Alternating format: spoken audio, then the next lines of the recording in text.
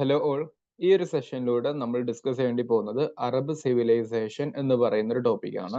So medieval world ഹിസ്റ്ററിയുടെ ഒരു topic നമ്മൾ പഠിക്കുന്ന നേരത്ത് സിഗ്നിഫിക്കന്റ് ആയിട്ടുള്ള ഒരുപാട് ടോപ്പിക്സ് വരുന്നുണ്ട്. അതിന്റെ ഭാഗമായിട്ട് we have so far discuss. നമ്മൾ ഇതുവരെ പഠിച്ചിട്ടുള്ള കാര്യങ്ങളൊന്ന് റിവൈൻഡ് ചെയ്തിട്ട് അതിനെ കണക്ട് ചെയ്തിട്ട് നമുക്ക് അറബ് സിവിലൈസേഷൻ പഠിക്കാം. First we discussed about the decline of ancient Roman എംപയറിന്റെ ഡിക്ലൈനും കാര്യങ്ങളും.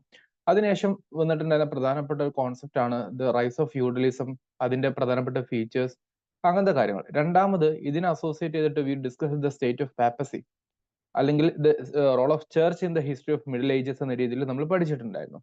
മൂന്നാമതായിട്ട് നമ്മൾ പഠിച്ചിട്ടുണ്ടായിരുന്ന ടോപ്പിക് എന്ന് പറയുന്നത് ചൈനീസ് സിവിലൈസേഷൻ ആണ്. ഒരു 10 ഡൈനാസ്റ്റികളിലൂടെ ചൈനീസ് സിവിലൈസേഷൻ എങ്ങനെ എക്സ്പാൻഡ് ചെയ്തു 1600 വരേക്കും എന്നുള്ളത് നമ്മൾ പഠിച്ചു. ഇനി നമ്മൾ പഠിക്കാൻ വേണ്ടി പോകുന്നത് അറബ് സിവിലൈസേഷൻ ആണ്.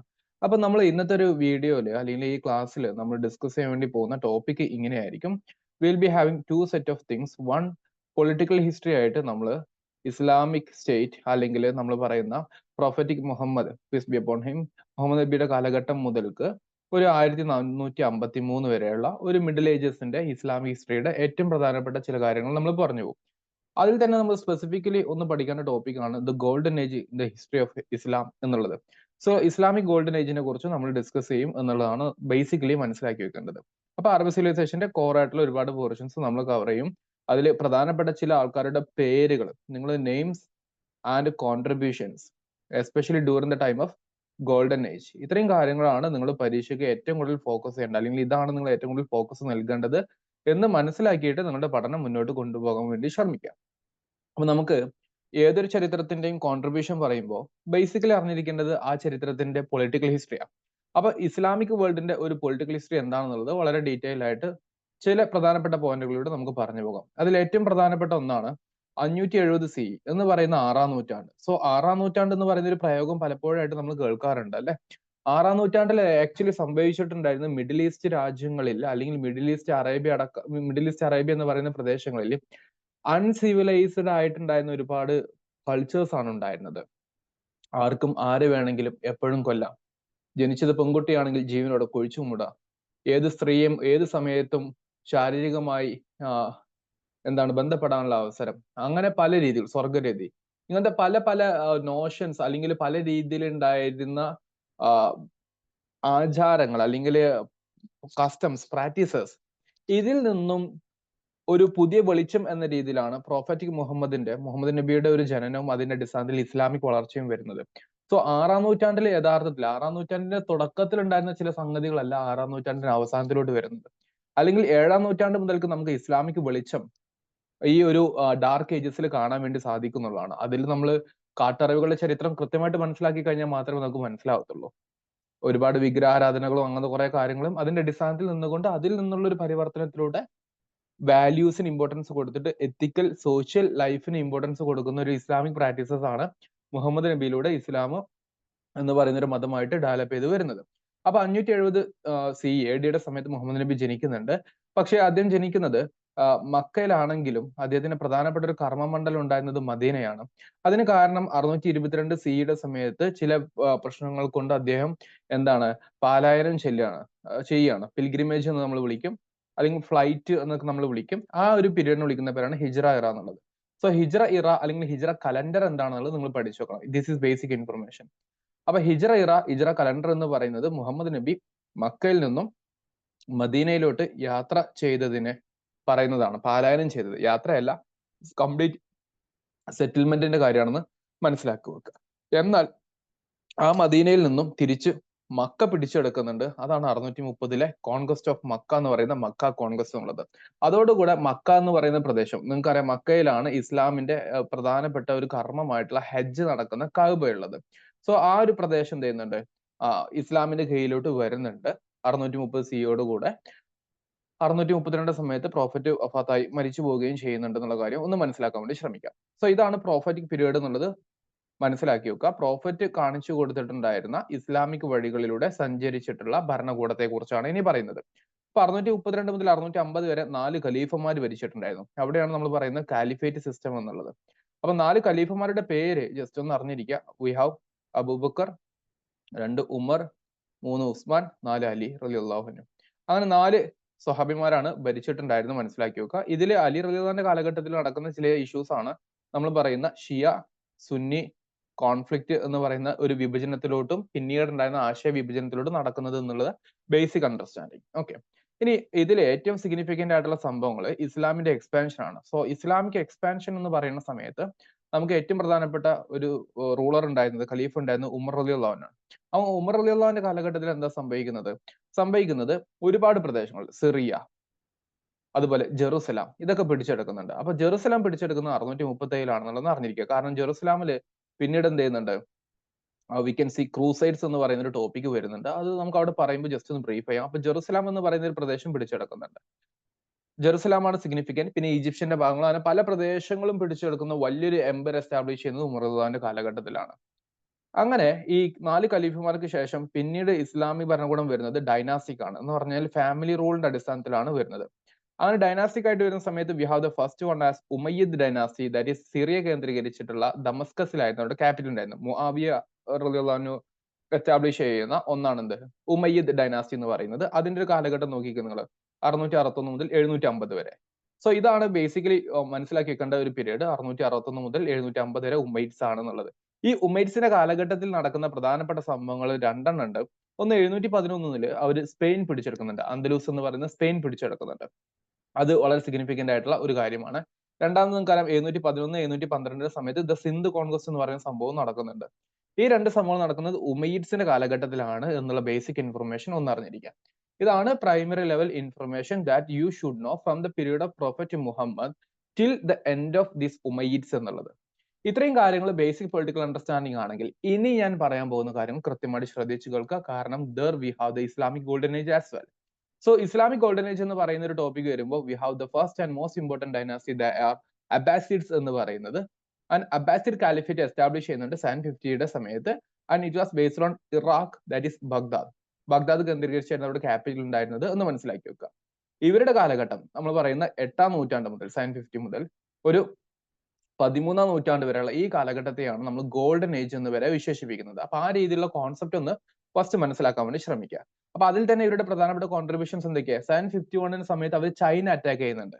ചൈനയെ ചില ഭാഗങ്ങൾ പിടിച്ചെടുക്കുകയും അതിൽ നിന്നും അവർ കൾച്ചറൽ എക്സ്ചേഞ്ചിന്റെ ഭാഗമായിട്ട് they now have the knowledge of how the paper എങ്ങനെയാണ് ഉണ്ടാക്കുന്നത്. പേപ്പർ മേക്കിങ്ങിന്റെ നോളജ് അറബികൾക്ക് കിട്ടി, പിന്നെ സ്പെയിനുകാർക്ക് കിട്ടുന്നുണ്ട്. അങ്ങനെ പേപ്പറും അതിനടിസ്ഥാനത്തിലുള്ള ലിറ്ററേച്ചർ ഡെവലപ്മെന്റ് ഒക്കെ വളരുന്നതായിട്ട് നമുക്ക് കാണാൻ വേണ്ടി സാധിക്കും. ഇതാണ് ബേസിക്കലി അറിഞ്ഞിരിക്കേണ്ടത്. ഇനി അതിൽ തന്നെ പാരലൽ ആയിട്ട് മനസ്സിലാക്കി വെക്കേണ്ടത് സെൽജുക്ക് മുസ്ലിംസ് എന്ന് പറയുന്ന മുസ്ലിംസ് ഈ മിഡിൽ ഈസ്റ്റിന്റെ ഭാഗത്ത് വരുന്നുണ്ട്. സെൽജുക്ക് മുസ്ലിംസ് ആർ മിഡിൽ ഈസ്റ്റിൽ ഉണ്ടായിരുന്ന, അല്ലെങ്കിൽ സെൻട്രൽ ഏഷ്യയുടെ ഭാഗത്ത് ഉണ്ടായിരുന്ന കൺവേർട്ടഡ് ആയിട്ടുള്ള മുസ്ലിംസ് ആണ്. അവർ ബൈസന്റൈൻ കേന്ദ്രീകരിച്ച് വരികയും പിന്നീട് അവിടുത്തെ ക്രിസ്ത്യൻ വേൾഡുമായിട്ട് ചില ഇഷ്യൂസിൽ ഏർപ്പെടുകയൊക്കെ ചെയ്യുന്നുണ്ട്.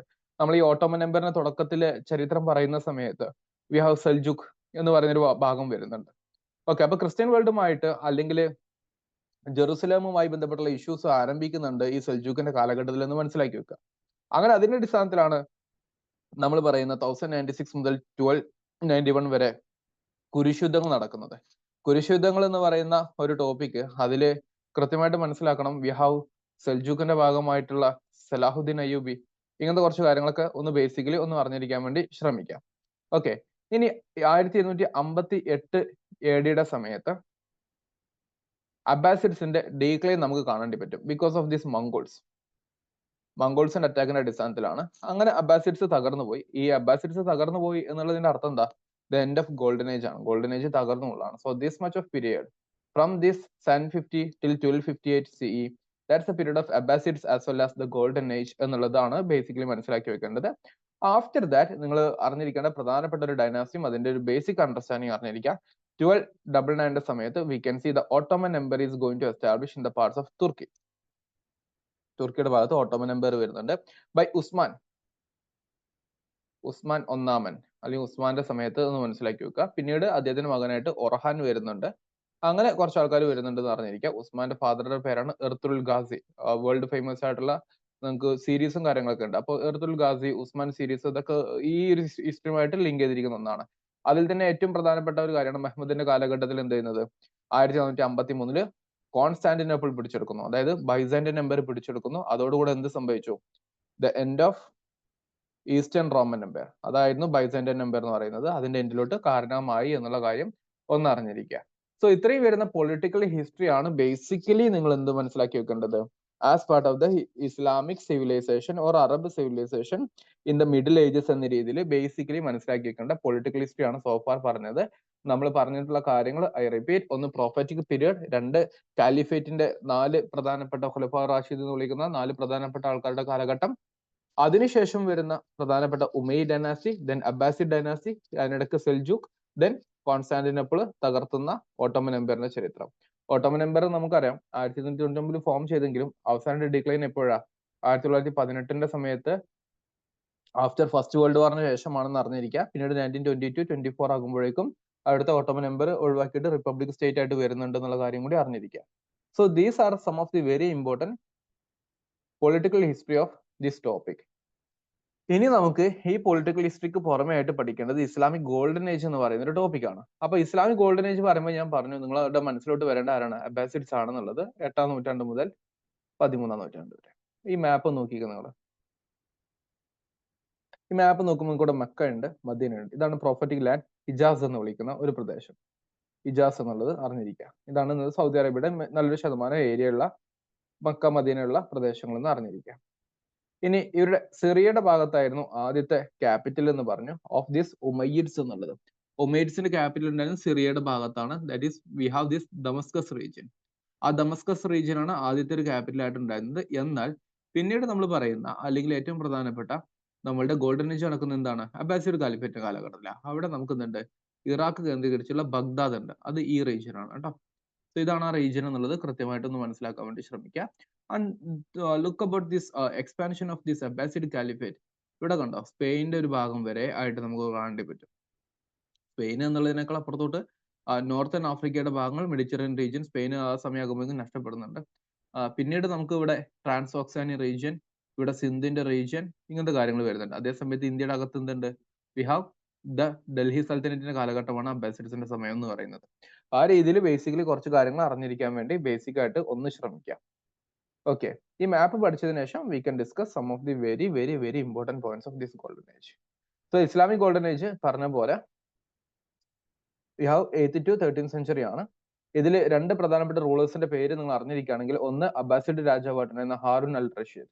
ഈ ഹാറൂൻ അൽ റഷീദിന്റെ സമയത്താണ് ഇസ്ലാമിക് ഗോൾഡൻ ഏജ് പിറക്കുന്നത്. അദ്ദേഹം എന്ത് ചെയ്യുന്നുണ്ട്, സയൻസ്, ലിറ്ററേച്ചർ, മെഡിസിൻ, അങ്ങനെ പല മേഖലകൾക്ക് ഇമ്പോർട്ടൻസ് കൊടുത്തിട്ട് അങ്ങനെ ഗോൾഡൻ ഏജ് എന്ന് വിശേഷിപ്പിക്കാൻ പറ്റുന്ന പല കാര്യങ്ങളും ഉറവെടുക്കുന്നുണ്ട്.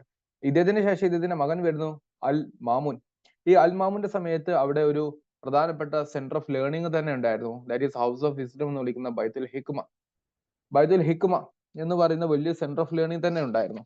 ആ കാലഘട്ടത്തിൽ മിഡിൽ ഏജസിലെ ഏറ്റവും വലിയ ലൈബ്രറി, അതുപോലെ ഏറ്റവും വലിയ യൂണിവേഴ്സിറ്റി, ഏറ്റവും വലിയ സ്കോളേഴ്സ്, ബുദ്ധിജീവികളൊക്കെ ഉണ്ടായിരുന്ന ഈ അറബ് വേൾഡിലാണെന്നുള്ള കാര്യം ബേസിക്കലി ഒന്ന് അറിഞ്ഞിരിക്കുക. പിന്നീട് അത് ക്രൂസൈഡ്സിന്റെ അടിസ്ഥാനത്തിൽ നോളജ് ട്രാൻസ്ഫർ ചെയ്യുന്നുണ്ട്. അതുപോലെ ഇവിടെ ഡിക്ലൈൻ ഒക്കെ സംഭവിക്കുന്നുണ്ട്. അങ്ങനെ അറിഞ്ഞിരുന്നാൽ മതി. ബഗ്ദാദിലാണ് ഉണ്ടായിരുന്നത്. അവരുടെ Greek, Byzantine, Egyptian, Iranian, Indian ഈ ഭാഗത്തു നിന്നുള്ള ലാംഗ്വേജുകളെല്ലാം അല്ലെങ്കിൽ അറിവുകളെല്ലാം അറബിക് ഭാഷയിലോട്ട് ട്രാൻസ്ലേറ്റ് ചെയ്യപ്പെടുന്ന വലിയ വലിയ യൂണിവേഴ്സിറ്റികൾ ഉണ്ടായിരുന്ന പ്രദേശമാണ് നമ്മൾ ഈ പറയുന്ന ബൈത്തുൽ ഹിക്മ എന്ന് പറയുന്നത്. അപ്പൊ ലിറ്ററേച്ചർ ആൻഡ് ഫിലോസഫിയിലോട്ട് ഒരു വലിയ കോൺട്രിബ്യൂഷൻ നടത്തുന്നുണ്ട് because of this introduction of paper. നമ്മൾ പറഞ്ഞ പേപ്പർ വന്നപ്പോൾ ഇവർക്കൊന്നും കൂടെ എളുപ്പമായി എന്നുള്ളതാണ്, മുമ്പത്തെ ടെക്നോളജിയേക്കാൾ കൂടുതൽ.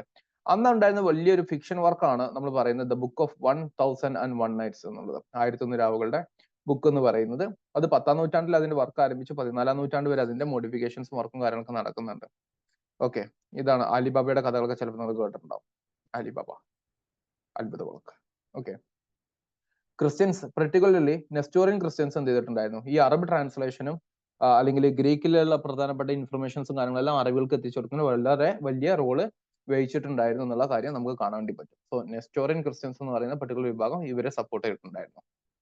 ഇനി നമ്മൾ കൃത്യമായിട്ട് പറയുന്ന ചില പ്രധാനപ്പെട്ട പേരുകളാണ് ശ്രദ്ധിക്കേണ്ടത്. അത് വളരെ ഇമ്പോർട്ടന്റ് ആണ് പരീക്ഷ സംബന്ധിച്ചിടത്തോളം. ഫസ്റ്റ് വൺ വി ഹാവ് ഇബിൻ റുഷ്ദ്. ഇബിൻ റുഷ്ദ് എന്ന് പറയുന്ന ഒരു പേര്. പക്ഷേ ഇബിൻ റുഷ്ദ് എന്ന് പറയുന്ന അറബിക് പേരാണെങ്കിൽ അദ്ദേഹത്തെ കൂടുതൽ അറിയപ്പെടുക അവിറോസ് എന്ന പേരിലാണ്. ലാറ്റിനൈസ്ഡ് വേർഡാണ് അവിറോസ്. അവിറോസ് എന്നുള്ളത് നിങ്ങൾ നോക്കിക്കേ, 12-ാം നൂറ്റാണ്ടിലാണ് അദ്ദേഹം ജീവിച്ചിട്ടുണ്ടായിരുന്നത്. അദ്ദേഹം അൽ അന്തലൂസ് മുസ്ലിം പോളിമാത്താണ്. അദ്ദേഹത്തിന് വിശേഷണങ്ങൾ ഇതവിടെ എഴുതിയ തീരത്തില്ല, അത്രയും മാത്രമുണ്ട്. ബഹുഭാഷാ പണ്ഡിതൻ, Aristotelian philosopher, Islamic philosophy, Islamic theology, Maliki law, jurisprudence, logic, psychology, politics, maths, അന്നത്തെ ഏറ്റവും വലിയ സ്കോളർ ആലോചിച്ച് കഴിഞ്ഞാൽ ഇബ്ൻ റുഷ്ദ് എന്ന് പറയുന്ന അബിറോസ് ആണെന്നുള്ള അറിഞ്ഞിരിക്കും. സ്പാനിഷ് ആയിട്ടുള്ള ഇസ്ലാമിക് സ്കോളർ ആണ്. മെഡിസിന്റെ ഭാഗമായിട്ട് റിനോൺഡ് ഫിസിഷ്യൻ ആയിരുന്നു. അദ്ദേഹത്തിന്റെ പ്രധാനപ്പെട്ട ഒരു വർക്കാണ് കിതാബുൽ കുല്യത്ത് ഫി അൽ തിബ്, ജനറാലിറ്റീസ് ഓഫ് മെഡിസിൻ. തിബ് മെഡിസിൻ ആണ്. മെഡിസിനെ കുറിച്ച് ജനറാലിറ്റീസ് എന്ന രീതിയിൽ അദ്ദേഹം ഒരു ബുക്ക് എഴുതുന്നുണ്ട് എന്നുള്ളതാണ്. ഇത് വളരെ പ്രധാനപ്പെട്ട ഒരു ബുക്കാണ്. ഇനി ലോ ആൻഡ് ജൂറിസ്പ്രുഡൻസ് നോക്കുകയാണെങ്കിലോ, ആദ്യം മാലിക്കി ലോ ഫോളോ ചെയ്ത ഒരാളായത് കൊണ്ട് തന്നെ ദ ജൂറിസ്പ്രുഡന്റ് ഫിലോസഫർ എന്ന പേരിലൊക്കെ അദ്ദേഹത്തെ അറിയപ്പെടാറുണ്ട്. അങ്ങനെ വളരെ ഫേമസ് ആയിട്ടുള്ള ആ കാലഘട്ടത്തിൽ ജീവിച്ചിരുന്ന ഏറ്റവും പ്രധാനപ്പെട്ട ഇബ്ൻ റുഷ്ദ് എന്ന് വിളിക്കുന്ന അബിറോസ്, 13ാം നൂറ്റാണ്ടിൽ ഇദ്ദേഹത്തിന്റെ ഫോളോവേഴ്സ് അല്ലെങ്കിൽ ഇദ്ദേഹത്തിന്റെ ആശയങ്ങൾ പിൻപറ്റുന്ന അബിറോയിസം എന്നൊക്കെ പറയുന്ന കോൺസെപ്റ്റിലോട്ട്, ഒരു ഇസത്തിലോട്ട് തന്നെ അത് മാറുന്നുണ്ടായിരുന്നു. ആ രീതിയിലൊന്നും മനസ്സിലാക്കി വെക്കാം. സയന്റിഫിക്കലി നോക്കുമ്പോൾ മറ്റു ചില കാര്യങ്ങളിൽ നമ്മൾ maths and astronomy, there we have the mathematician like Al Khwarizmi. Khwarizmi പോലെ ആൾക്കാർ ഇവരാണ് ആക്ച്വലി ആൽജിബ്ര പോലെയുള്ള കാര്യങ്ങൾക്ക് ഫൗണ്ടേഷൻ നൽകുന്നത്. അൽ ബത്താനി എന്ന് പറയുന്ന ആസ്ട്രോണമറെ പോലെ ആൾക്കാരുണ്ടായിരുന്നു. അവര് പ്ലാനറ്ററി മൂവ്മെന്റ്സ്, പ്ലാനറ്റ്സിന്റെ മൂവ്മെന്റ് എങ്ങനെയാണെന്നുള്ളതൊക്കെ പഠിക്കുകയും പഠനങ്ങൾ നടത്തുകയും ചെയ്തിട്ടുണ്ടായിരുന്നു.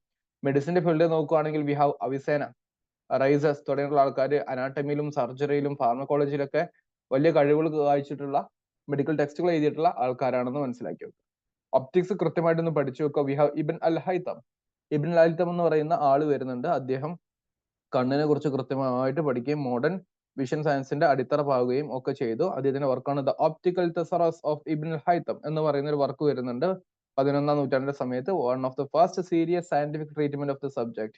കണ്ണിനെ കുറിച്ച് പറയുന്ന ഏറ്റവും പ്രധാനപ്പെട്ട ഗ്രന്ഥങ്ങളിൽ ഒന്ന് optical thesaurus of Ibn al Haytham എന്ന് പറയുന്ന ഒരു വർക്ക് ഉണ്ട് എന്നുള്ളത് ഒന്ന് അറിഞ്ഞിരിക്കുക. So note this name Ibn Haytham regarding optics, Avicenna on medicine, al Khwarizmi algebra, al Battani planetary movements. ഇങ്ങനത്തെ കാര്യങ്ങളാണ് നിങ്ങൾ പഠിച്ചു വെക്കേണ്ടത്. അത് നിങ്ങൾ നോട്ട് എഴുതിയെടുക്കാനും ശ്രമിക്കുക. ഓക്കെ, ഇനി സയന്റിഫിക് ആയിട്ട് ഡെവലപ്മെന്റ് നോക്കുന്ന സമയത്ത് സ്പെസിഫിക്കലി പറയുമ്പോൾ മാത്തമാറ്റിക്സിലോട്ട് ആൽജിബ്രയുടെ കാര്യം പറഞ്ഞു. Is known of the father of algebra. ആര്? അൽ ഖവാരിസ്മി എന്ന് പറയുന്ന വ്യക്തി. ഓക്കെ, അദ്ദേഹം ഇക്വേഷൻസും കാര്യങ്ങളൊക്കെ വെച്ചിട്ട് അദ്ദേഹത്തിന്റെ ആയിട്ടുള്ള രീതിയിൽ ആൽജിബ്രയെ ഡെവലപ്പ് ചെയ്തെടുത്തിട്ടുണ്ട്. Is known as father of algebra എന്നുള്ളത്. ട്രിഗണോമെട്രി വരുന്നുണ്ട്.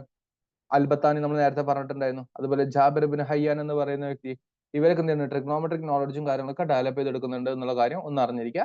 അത് ആസ്ട്രോണമിയിലും നാവിഗേഷനൊക്കെ വേണ്ടി ഇവർ ഉപയോഗിക്കുകയും ചെയ്തിട്ടുണ്ടായിരുന്നു. അപ്പൊ നമുക്ക് ഇപ്പോഴും പിടുത്തം കിട്ടിയിട്ടില്ല എന്തിനാണ് ട്രിഗ്നോമെട്രി പഠിക്കുന്നത് അല്ലെ.